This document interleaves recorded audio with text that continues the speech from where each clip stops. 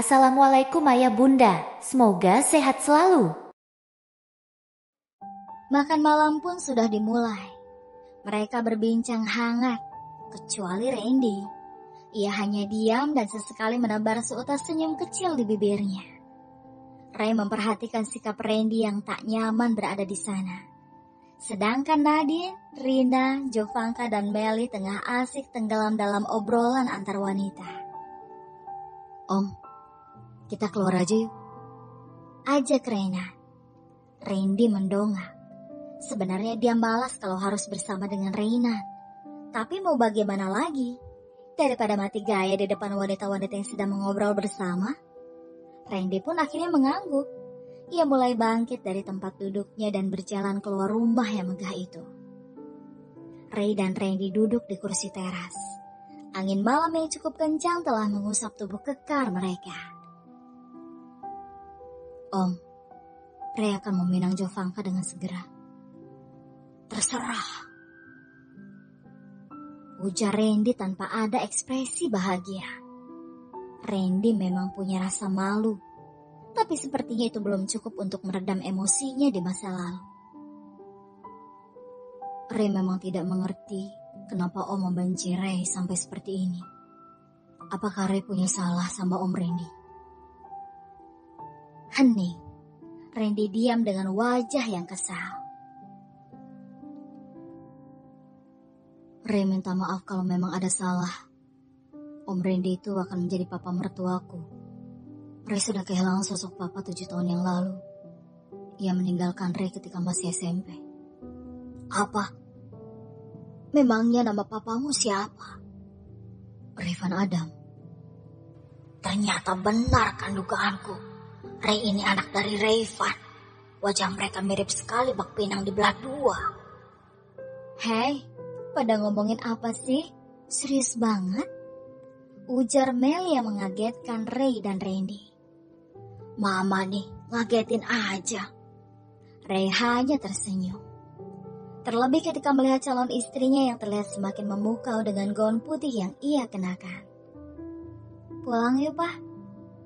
Kalian sudah ngerumpinya.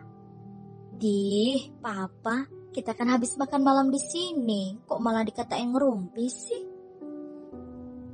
Iya. Ayo kita pulang. Randy bangkit dari tempat duduknya. Biar Ray antar ya, Om. Tidak usah.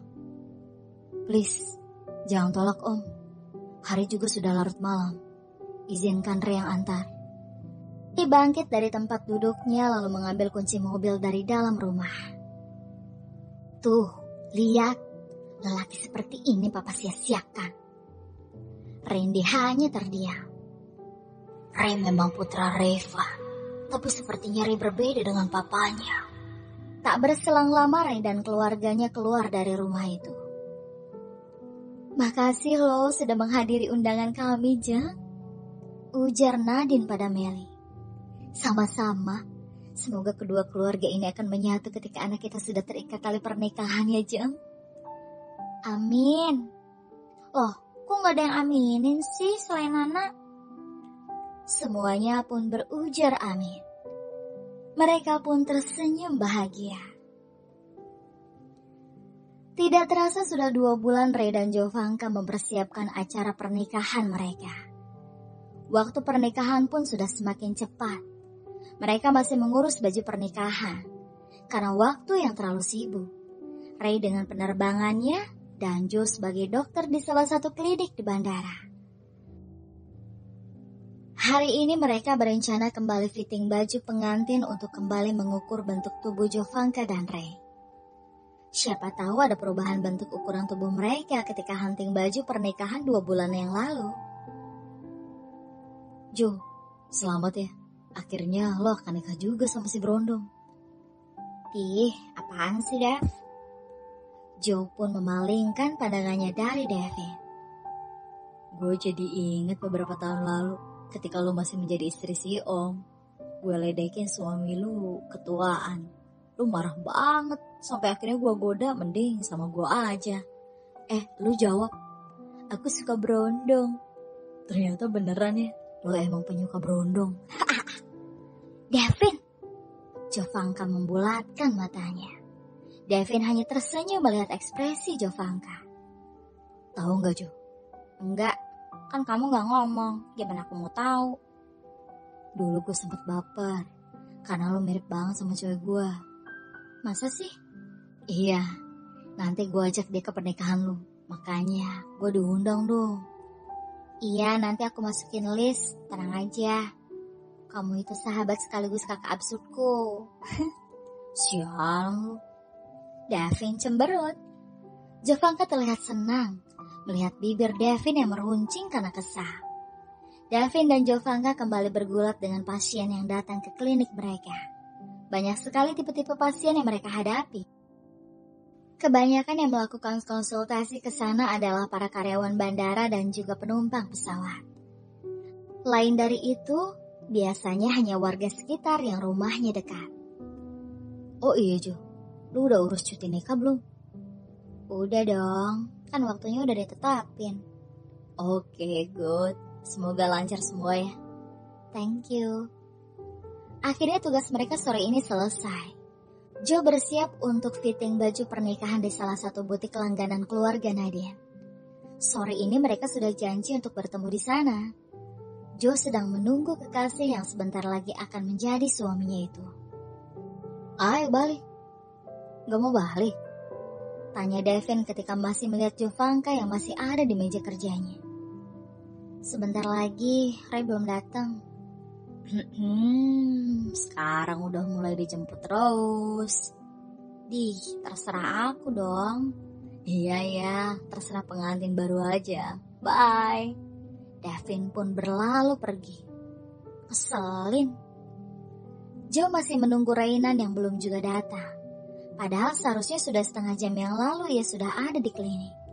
Hal ini membuat Jovanka khawatir. Kenapa Ray belum datang juga? Ia meraih ponsel yang ada di dalam tas, mengusap layar ponsel itu dan mencari nama Ray. Joe hendak menghubunginya karena rasa khawatir yang mendera. Tiba-tiba ponsel yang ada di dalam genggamannya bergetar. Ia langsung membuka pesan dari ponsel yang sedang ia genggam. Ray? Mata Jovanka membulat ketika membaca tulisan nama si pengirim pesan itu. Jo, aku sudah ada di luar klinikmu. Rasa khawatir itu hilang ketika ia membaca pesan singkat dari Reina. Senyuman bahagia pun telah terpancar dari bibir merah jambu itu. Joe membawa tas praktiknya yang berwarna putih. Karena esok hari ia sudah mulai cuti dari tugasnya sebagai seorang dokter. Ia keluar dari klinik dan terlihatlah sudah lelaki tampan berseragam pilot yang sudah menantinya di kursi tunggu. Hai, Jovanka menghampiri. Hai sayang, maaf lama, tadi aku ngurus surat izinku. Aku masih kerja hingga 2 hari sebelum hari H.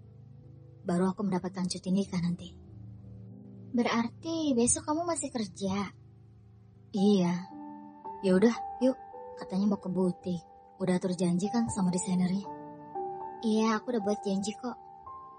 Ray dan Jovanka melesat ke salah satu butik langganan mamanya. Di sana memang butik langganan Nadine. Desainernya pun sudah mempunyai nama yang cukup terkenal. Tak ayal keluarga Adam mempercayakan baju untuk pernikahan putra pertama mereka di sini. Akhirnya sampai juga di butik langganan Nadine. Butik yang cukup besar dengan banyak koleksi baju di dalamnya. Ray mendorong pintu kaca dan terdengar bunyi bel apabila seseorang mendorong pintu itu. Selamat sore. Sore mbak, saya mau bertemu dengan Mbak Dian. Oh, mari ikut saya mas, mbak. Karyawati itu pun berjalan ke salah satu ruangan. Dia mengetuk pintu yang memang sudah terbuka. Mungkin Mbak Dian sudah menunggu Ray dan Jovanka. Masuk, jawab wanita dari dalam sana. Mari, ajak karyawati itu pada Joe dan Reina. Ada yang mencari Mbak Dian? Sambung karyawati itu. Dian mendongak. Oh, dari keluarga Adam ya? Iya mbak. Oke Dian, kamu boleh kembali ke ruangan kerjamu ya. Ujar Dian pada karyawatinya. Baik mbak, permisi. Karyawati itu pun berlalu. Di dalam ruang kejadian yang cukup besar banyak sekali sketsa rancangan berbagai baju, terutama desain baju-baju pengantin. Kita lihat baju pengantinnya yuk, ajak Dian pada Ray dan Jovanka. Mereka berjalan ke salah satu ruangan. Di sana terlihat banyak sekali baju-baju pengantin cantik yang sudah siap untuk dipakai oleh pemiliknya. Silahkan dicoba dulu ya. Siapa tahu ada perubahan bentuk untuk ukuran tubuh kamu. Gaun pengantin simpel berwarna putih pun telah diberikan untuk dicoba Jovanka. Ia meraih gaun berdesain simpel tapi terlihat sangat cantik. Jovanka beranjak ke ruang ganti, dibantu oleh Mbak Dian untuk memakainya. Tidak berselang lama, Jo keluar dari ruangan ganti itu dan memperlihatkannya pada Reina. Gimana? Tanya Jo meminta pendapat. Ray begitu terpukau saat melihat penampilan Jovanka dengan gaun pengantin putih yang telah melekat di tubuhnya. Beautiful. Mata Ray seperti enggan berkedip. Jo tersipu malu. Wajahnya semakin merona ketika mendengar pujian dan ekspresi kekaguman Ray akan dirinya. Jovanka memang terlihat cantik dengan busana gaun pengantin dari rancangan Badian, seorang desainer terkenal di sana. Hari pernikahan Ray dan Jovanka pun semakin dekat. Semuanya sudah siap. Baju pengantin dan cincin pernikahan pun telah dipesan. Tapi Randy masih merasa ada yang mengganjal di hatinya.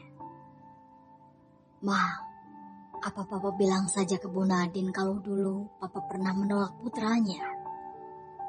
Untuk apa, Pak? Mama malah takut Bu Nadine akan marah dan membatalkan pernikahan putri kita. Papa lebih gak enak lagi kalau sampai rahasia ini terungkap setelah Jovanka menikah, Ma. Papa akan lebih malu, Ma. Papa bersedia minta maaf dengan Bu Nadine atas kelakuan Papa pada masa lalu terhadap putranya. Ya sudah, terserah Papa saja. Semoga saja tidak ada perubahan dari Bu Nadine. Mama hanya takut Bu Nadine kecewa lalu membatalkan pernikahan anak kita, Pak. Mama bisa membayangkan betapa hancurnya hati Jovanka nanti. Randy mengusap lembut punggung istrinya. Papa usahakan tidak akan ada perubahan untuk pernikahan putri kita. Ujar Randy walau dalam hatinya ia juga meragukan. Ya sudah, Papa berangkat dulu, Ma. Randy pun berpamitan untuk pergi ke kantor. Ada kegelisahan yang Randy rasa saat ini. Konsentrasinya memudar ketika ia hendak menceritakan masa lalu yang telah menolak Ray untuk putrinya. Tuhan, apa aku salah? Seumpama terus terang pada Bu Nadine. Aku takut pernikahan putriku terancam. Tapi aku lebih takut lagi seumpama Bu Nadine tahu setelah pernikahan Jovanka. Aku terlalu takut bila Jovanka kembali merasakan perceraian untuk kedua kalinya. Ia mencoba meneruskan pekerjaan yang menumpuk siang ini. Usahanya sia-sia karena pikirannya itu terus menghantui. Sudahlah, aku temui saja Bu Nadine. Aku sudah siap seumpama ia marah dan sebagai lelaki aku bersedia minta maaf karena telah melukai hati putranya. Randy pun keluar dari ruang kerjanya, melesat menggunakan taksi untuk menuju kantor Nadine. Maklum, Randy belum mempunyai kendaraan setelah usahanya bangkrut karena ditipu orang. Sesampainya di kantor Nadine, ia hendak menuju ke ruang kerja Nadine. Tapi sayang Nadine sedang tak berada di tempat. Bapak tunggu saja dulu, sepertinya Bu Nadine kembali sebentar lagi. Ujar resepsionis itu. Akhirnya Randy pun bersedia menunggu karena hatinya yang sudah merasa tidak nyaman. Ia sudah siap untuk segala resiko terburuknya. Pak Randy? Akhirnya Nadine pun kembali ke kantor. Iya Bu, maaf. Saya ada perlu dengan Ibu. Baiklah, kita ke ruang kerja saja ya. Nadine pun berlalu dan Randy mengekor. Pintu ruang kerja terbuka. Silakan duduk. Makasih Bu. Ada apa ini? Saya ingin berterus terang pada Bu Nadine. Tentang apa? Aduh, ngomong gak ya? Saya mau minta maaf. Untuk apa? Bertambah bingung dengan ucapan Randy yang terkesan berbelit. Nadine hanya mengernyitkan dahinya. Randy pun sama. Ia begitu bingung harus mulai dari mana. Di sisi lain ada Reynan yang sudah mengurus mobil keluaran terbaru warna silver yang disuruh Nadine. Ray sudah mengurus segala pembayaran dan ia membawa mobil itu ke kantor Nadine. Karena ia meminta diantarkan ke sana. Mobil keluaran terbaru yang berwarna silver pun telah terparkir di lobi dasar tempat parkir kantor Nadine. Ray berjalan menuju ruang kerja Nadine. Siang, Pak. Sapaan itu terus mengalir di sepanjang koridor kantor hingga di depan ruang kerja Nadine. Ray hendak mengetuk pintu, tapi ia mendengar Nadine seperti sedang berbicara dengan orang lain. Ray menahan tangannya untuk mengetuk pintu itu. Memang apa salahnya putra saya sehingga Pak Randy menolaknya dulu? Apa karena harta? Terdengar suara Nadine seperti marah. Randy sudah siap seumpama pernikahan putrinya terancam dibatalkan. Padahal waktunya tinggal menghitung hari. Sekali lagi saya minta maaf. Jujur Bu, saya menolak putra ibu. Alasan utama saya karena Ray sangat mirip sekali dengan papanya. Nadine mengernyitkan dahi. Ia belum paham maksud Randy. Dulu Rayvan telah menabrak ayah saya hingga meninggal. Awalnya saya tidak marah, karena saya pikir memang sudah takdir ayah saya meninggal. Yang saya sesali Rayvan telah menabrak ayah saya, tapi dia seolah merasa tidak bersalah. Ia sama sekali tidak menghadiri pemakaman ayah saya hingga hari ke-7 pun Rayvan tidak ke rumah. Yang membuat hati saya terluka, ia malah memberikan sejumlah uang pada rasa penyesalan karena telah menabrak ayah saya melalui orang lain. Jujur Bu, saat itu memang posisi kerja saya dan Rayvan ada di posisi yang sama. Kami sedang memperebutkan kedudukan sebagai manajer di perusahaan kami saat kami bekerja sebelum punya perusahaan masing-masing. Nadine masih menyimak ucapan itu. Dan itulah alasan saya menolak putra ibu. Karena saya sakit hati pada papanya. Saya minta maaf kalau keegoisan saya telah melukai hati Ray dan juga Bu Nadine. Saya sudah siap dengan risiko yang akan saya dapatkan. Tapi saya mohon jangan sangkutkan dengan putri saya. Karena dia juga merupakan korban dari keegoisan saya. Maaf Bu. Jadi karena alasan itu Om Randy begitu membenciku.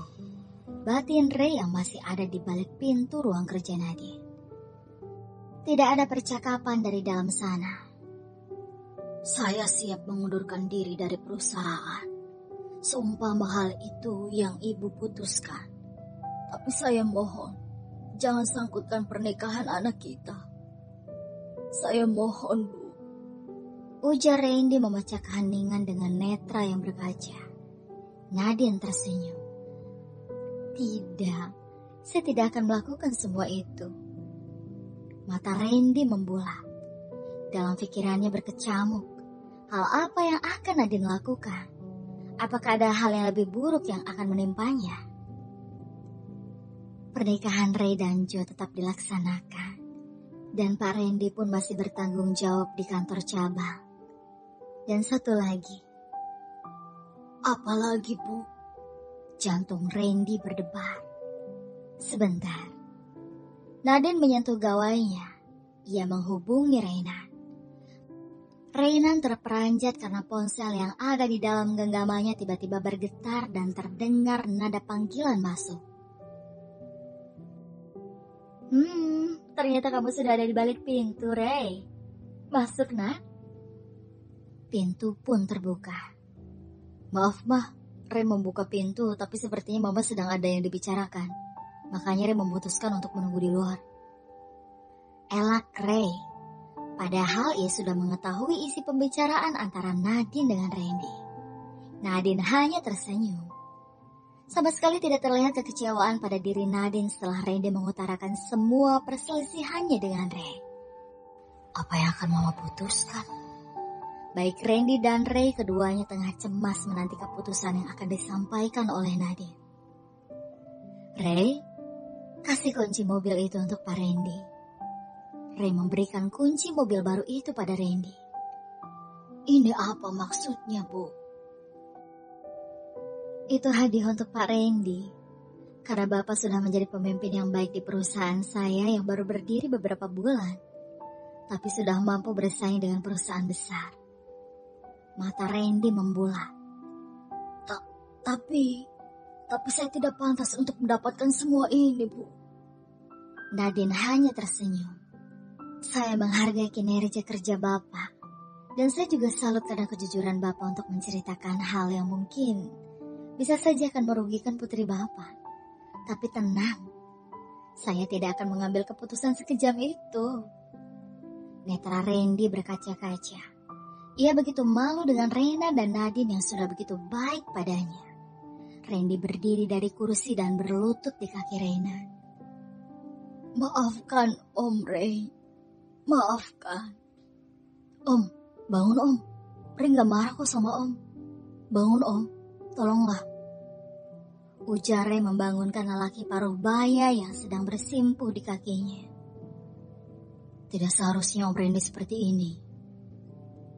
Randy begitu malu ketika segala kejahatannya di masa lalu dibalas dengan kebaikan yang melimpah dari keluarga orang yang ia benci. Rasa malu tak terhingga yang kini ia rasakan. Pelukan pun terjadi antara Ray dan Randy. Berkali-kali Randy meminta maaf pada Rena dan Nadine. Malam pun tiba. Ray masih penasaran dengan Nadine. Akhirnya ia turun dari tempat tidurnya menuju kamar Nadine. Ray mengetuk pintu kamar ibunya. Mah, masuk Ray. Jam masih menunjukkan pukul 7:30 malam. Rumah sudah sangat sepi karena Rena sedang keluar rumah. Ada apa, Ray? Mah, Ray mau tanya masalah yang tadi. Yang mana? Om Randy, kenapa Mama tidak marah? Kata siapa Mama tidak marah? Kalau Mama marah, kenapa Mama masih baik sama Om Randy? Mama marah sama Randy. Sangat marah. Dan kecewa malah. Tapi tidak semua kemarahan harus dibayar dengan menyakiti orang, kan? Maksudnya? Sebenarnya dari dulu Mama sudah tahu kabar kamu tidak direstui Randy. Mama tahu dari Vicky. Ia teman yang baik, Ray. Ia tidak mau kamu terluka. Dan Vicky akhirnya menceritakan semuanya pada Mama. Awalnya Mama begitu emosi. Tapi Vicky membuat Mama bisa berpikir jernih. Mama hampir saja tidak merestui hubungan kamu dan Jovanka. Mama ingin membalaskan sakit hati Mama pada Randy. Tapi Vicky telah menyadarkan Mama kalau kamu begitu menyayangi Jovanka. Jadi misal Mama memisahkan kalian, itu akan melukai hati anak Mama juga, kan? Mama tidak menginginkan hal itu. Jadi, Mama sengaja membalas rasa sakit hati Mama dengan kebaikan pada keluarga mereka. Di saat keluarga Randy terpuruk, Mama merangkul untuk kembali bangkit. Hanya satu yang Mama mau. Mama ingin melihat anak-anak Mama bahagia. Bersambung.